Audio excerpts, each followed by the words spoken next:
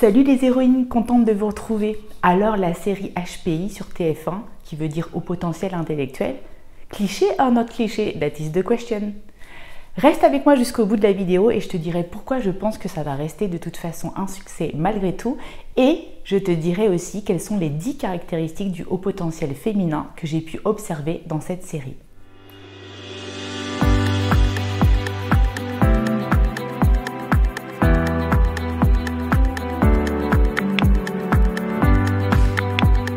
Si vous avez manqué les 2 premiers épisodes de la série jeudi dernier sur la plus grande chaîne publique TF1, alors c'est l'histoire de l'héroïne Morgane Alvaro. Dans la vraie vie, c'est Audrey Fleurot. Vous la connaissez peut-être dans pas mal de séries, comme La Dame du Lac dans Camelot, mais aussi Joséphine Carson dans Engrenage, ou encore Hortense Larcher dans Le Village français, et peut-être aussi dans son rôle dans le film que vous connaissez tous, Intouchable. Moi, Audrey, personnellement, je l'adore et je l'adorais déjà avant la série sur TF1. Alors, qui est le personnage de Morgane Alvaro? Morgane, elle a 38 ans, 3 enfants issus de 2 ex-maris. Alors, t'imagines la charge mentale qu'elle a tous les jours à gérer. Elle est aussi femme de ménage et elle va voir son destin chamboulé lorsqu'elle est repérée par la police de Lille pour ses capacités hors normes. HPI, c'est 8 épisodes, dont 2 épisodes diffusés chaque jeudi soir en prime time sur TF1. À chaque épisode, une enquête et tu peux suivre aussi un petit fil rouge tout le long des épisodes. Quelle est la principale caractéristique de Morgane, notre héroïne? Morgane, elle a un QI, quotient intellectuel, de 160.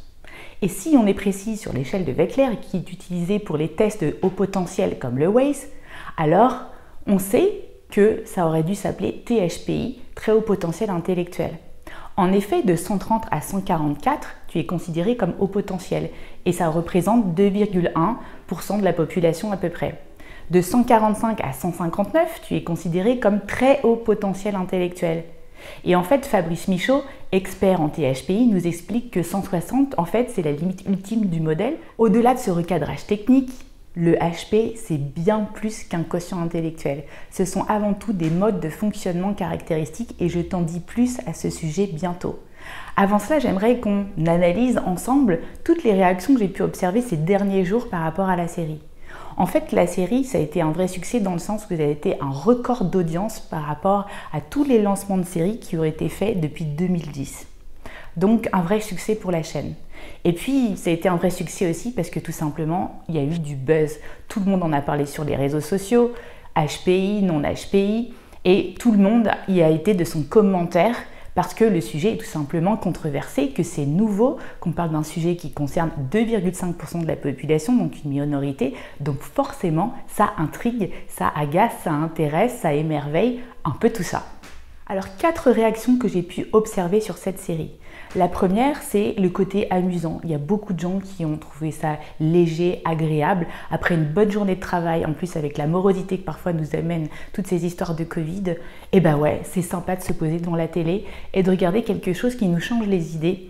Et en plus, il y a vraiment un duo qui fonctionne bien entre Audrey Fleurot et son partenaire Mehdi Nemmou. C'est vraiment une explosion, une opposition qui fonctionne bien. En plus, il y a une intrigue policière assez sympa, assez subtile, qu'on aime suivre avec un humour décalé, comme finalement est notre héroïne. Et puis ça change aussi, avant j'ai regardé En thérapie sur Arte, et ben là ça change un petit peu, c'est un petit peu moins sérieux, mais ça fait aussi le job. La deuxième réaction, ça a été « Ouh, c'est sûrement caricatural avant de regarder la série ». Et puis un effet miroir qui vient après. Certaines femmes se sont reconnues, en tout cas leurs enfants les ont reconnues et ça a été un véritable choc. « Maman, on dirait toi, je te jure, c'est incroyable ». Ou pour certaines autres femmes, ça a permis à un des membres de leur famille de aussi mieux comprendre le HPI d'un membre de la famille. Par exemple, un grand-père qui a mieux compris le HPI de son petit garçon en regardant la série. La troisième réaction, c'est exaspérant, surtout pour les THPI, très haut potentiel intellectuel, qui ne vont pas se reconnaître dans ce profil extraverti parce qu'ils sont plus introvertis et qui vont vraiment se faire du souci pour l'image des THPI, chiants, inadaptables, insoutenables. D'autant plus que Fabrice Michaud nous dit qu'entre un THPI et un HPI, il y a plus de différence qu'entre un HPI et un neurotypique. La quatrième réaction, c'est impossible. Un HP n'arborerait pas son 160 de QI comme un étendard, comme ça, et ne serait pas capable d'expliquer autant son haut potentiel aux autres. En fait, Il a toujours un syndrome de l'imposteur et un faux self qui fera aussi l'objet de ma prochaine vidéo. Alors oui, une seule personne ne peut pas représenter le HPI dans son entièreté, ce serait une hérésie. Chaque HP est un être singulier et unique. Par contre, je trouve que cette série a vraiment le mérite de parler du sujet au féminin et ça, c'est rafraîchissant. Et j'espère que vraiment les spectateurs pourront faire la part des choses et que les gens vont se renseigner de plus en plus sur le sujet. Des clichés dans la série, mais bien sûr il y en a. Beaucoup de traits sont poussés à l'extrême. Morgane est un personnage haut en couleur, impulsive, hyperactive, déjantée, iconoclaste. Mais c'est ce qui fait aussi qu'elle est émouvante et c'est ce qui fait son charme. Moi, franchement, des fois elle me fait rêver. J'adorerais avoir son peps et son petit côté what the fuck. Moi, je suis plutôt de nature optimiste et positive et j'essaye de voir le meilleur dans les choses. Alors pour moi, cette série, elle permet aussi d'exploser des clichés énormes sur le HP. Par exemple, le cliché, le stéréotype de l'homme blanc qui a bien réussi en entreprise avec un poste à responsabilité. Le HP peut aussi se cacher dans n'importe quelle profession. Oui, femme de ménage, il n'y a pas de raison qu'il n'y ait pas de femme de ménage HP. Et puis aussi, il y en a marre de ces documentaires où on parle de souffrance, etc., du haut potentiel, avec des binoclars enfermés dans leur cahier. Moi, je trouve que c'est frais et que ça donne un coup de peps à tout ça. Et au-delà des exagérations qu'on a pu voir, le premier épisode est très instructif pour nous faire comprendre quelles sont les principales caractéristiques du haut potentiel au féminin. Alors, quelles sont ces 10 caractéristiques?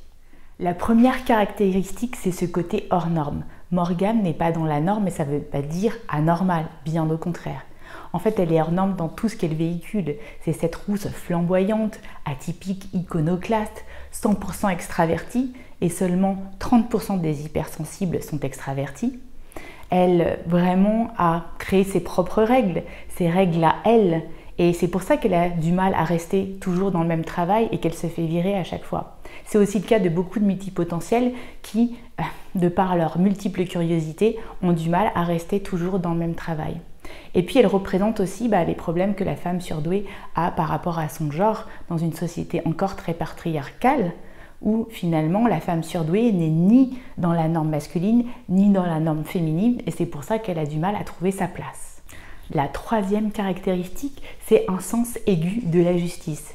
Vous vous souvenez quand Morgane sort du port de police et qu'elle se fait insulter par un des policiers sur son statut de femme, à quel point elle s'énerve. Quand c'est illogique, injustifié ou dégradant, c'est insupportable pour elle. Elle a tellement ses valeurs de respect chevillées au cœur qu'elle est capable de se rebeller, d'utiliser son esprit de contradiction ou de vraiment se défendre pour ses convictions au point qu'elle peut avoir même des gestes déplacés.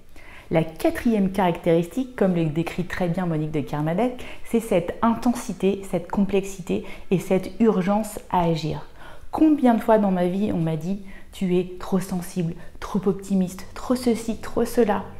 Et puis aussi cette complexité, l'hyperactivité cérébrale, l'hyperémotivité, l'hypercuriosité, toutes les questions que se pose Morgane et qui poussent les autres à sortir de leur zone de confort, mais qui malheureusement ne sont pas du goût de tout le monde. La cinquième caractéristique, c'est cette idée d'hypermnésie et la rapidité des connexions neuronales. Morgane a une super mémoire photographique et elle est capable de tout analyser, de tout disséquer à l'image de ces différents flashs qui apparaissent et qui lui permettent de faire des connexions dans tous les sens. C'est super rigolo d'ailleurs, c'est ce qu'on voit un petit peu comme caractéristique dans cette série. À un moment, elle dit même « je vois les chiffres en rouge apparaître au-dessus de sa tête » quand elle raconte à sa fille ces histoires de calculs mentaux à la caisse avec la caissière. C'est assez rigolo, elle dit « je ne fais pas exprès, elle le fait malgré elle ». Et en fait, c'est souvent le cas des HPI qui ne sont même pas capables de dire comment ils font. Et puis, j'adore cette idée, à un moment donné, elle dit « mon cerveau va à 300 à l'heure et je cours derrière ». J'adore cette image. Et puis, on voit aussi à un moment donné que cette super mémoire et ces super connexions font aussi peur parfois aux hommes. Et c'est le cas de son collègue Adam qui prend un petit peu peur à un moment donné. Sixième caractéristique, un cerveau orienté solution. Elle le dit d'ailleurs elle-même, je ne peux pas m'empêcher de résoudre des énigmes et des problèmes. Et en fait, c'est ce qu'elle fait en tant que femme de ménage, elle est censée faire le ménage dans les locaux de la police.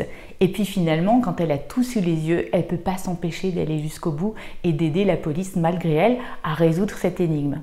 Moi en fait, c'est ce qui m'est arrivé à Genève il n'y a pas longtemps. Les meilleurs d'entre nous l'auront vécu un jour dans leur vie. J'ai subi une petite arnaque à Genève et en fait, pendant 3 jours, je me suis mis en mode Sherlock Holmes. J'ai fait vraiment mon enquêtrice policière pendant 3 jours et j'ai pas pu m'en empêcher. J'ai été dans les locaux, il y avait la fenêtre ouverte, j'ai pris des photos, j'ai appelé des anciens employés, j'ai appelé tous les autres commerçants qui se sont fait arnaquer. Bref, ça m'a complètement obnubilée pendant 3 jours jusqu'à ce que j'ai toutes les réponses que je voulais avoir et ça a fonctionné. La 7e caractéristique, c'est cette idée d'hyper-intuition ou de lucidité hallucinante. Morgan, en fait, son mari est parti il y a 15 ans, il a disparu sans laisser de traces et son 7e ou même 8e sens lui disent qu'il s'est passé quelque chose de spécifique et elle va aller encore une fois jusqu'au bout. C'est vraiment cette idée que la surdouée a un Wi-Fi en permanence, des antennes, des capteurs qui lui permettent de capter tout dans son environnement. Et parfois, c'est un petit peu gênant pour les autres parce qu'on a des intuitions avant que les autres l'aient. C'est pour ça que parfois, on nous juge comme des lanceuses d'alerte. 8e caractéristique, c'est l'empathie. Morgane ne sait pas, elle sent les choses, elle sent les gens. À l'image de son interaction avec la fille de Vasseur dans l'intrigue, où finalement, elle ressent tout de suite son désarroi rien qu'en la voyant. En fait, c'est le cas de beaucoup de hauts potentiels qui sont hypersensibles et qui ont cette faculté vraiment de sentir les choses et de ressentir immédiatement ce que l'autre ressent en face. 9e caractéristique, un sens de l'humour décalé. Vous l'avez vu Morgane quand elle fait le morse avec ses baguettes chinoises ou lorsqu'elle rigole avec ses collègues flics. En fait, elle a toujours une espèce d'humour complètement d'autodérision. Mais ce n'est pas forcément toujours compris par tout le monde. Et parfois, ça peut même aussi blesser. C'est comme une arme de défense, un mécanisme de défense que la surdouée a adopté contre des débordements d'émotions qui pourraient gêner les autres. Et enfin, 10e caractéristique, un rapport à l'autre, une relation parfois difficile. Ici, dans cette série, on voit que la fille de Morgane se sent complètement isolée en tant que neurotypique a priori par rapport à sa mère et à son frère qui a l'air aussi précoce. C'est parfois difficile dans une famille de faire cohabiter toute cette variété cognitive complètement en décalage. Et c'est aussi parfois grâce au diagnostic de surdoué d'un enfant qu'une maman aussi arrive à faire la découverte de sa douance. Voilà les héroïnes, c'est la fin de cette vidéo. J'ai adoré partager avec vous aujourd'hui mon avis, mais bien sûr ce n'est que mon humble avis et un avis parmi tant d'autres. Maintenant ce que j'attends, c'est que vous me partagiez votre avis en mettant des commentaires sous la vidéo et n'oubliez pas de vous abonner à la chaîne si ce n'est pas déjà fait. Ciao les héroïnes!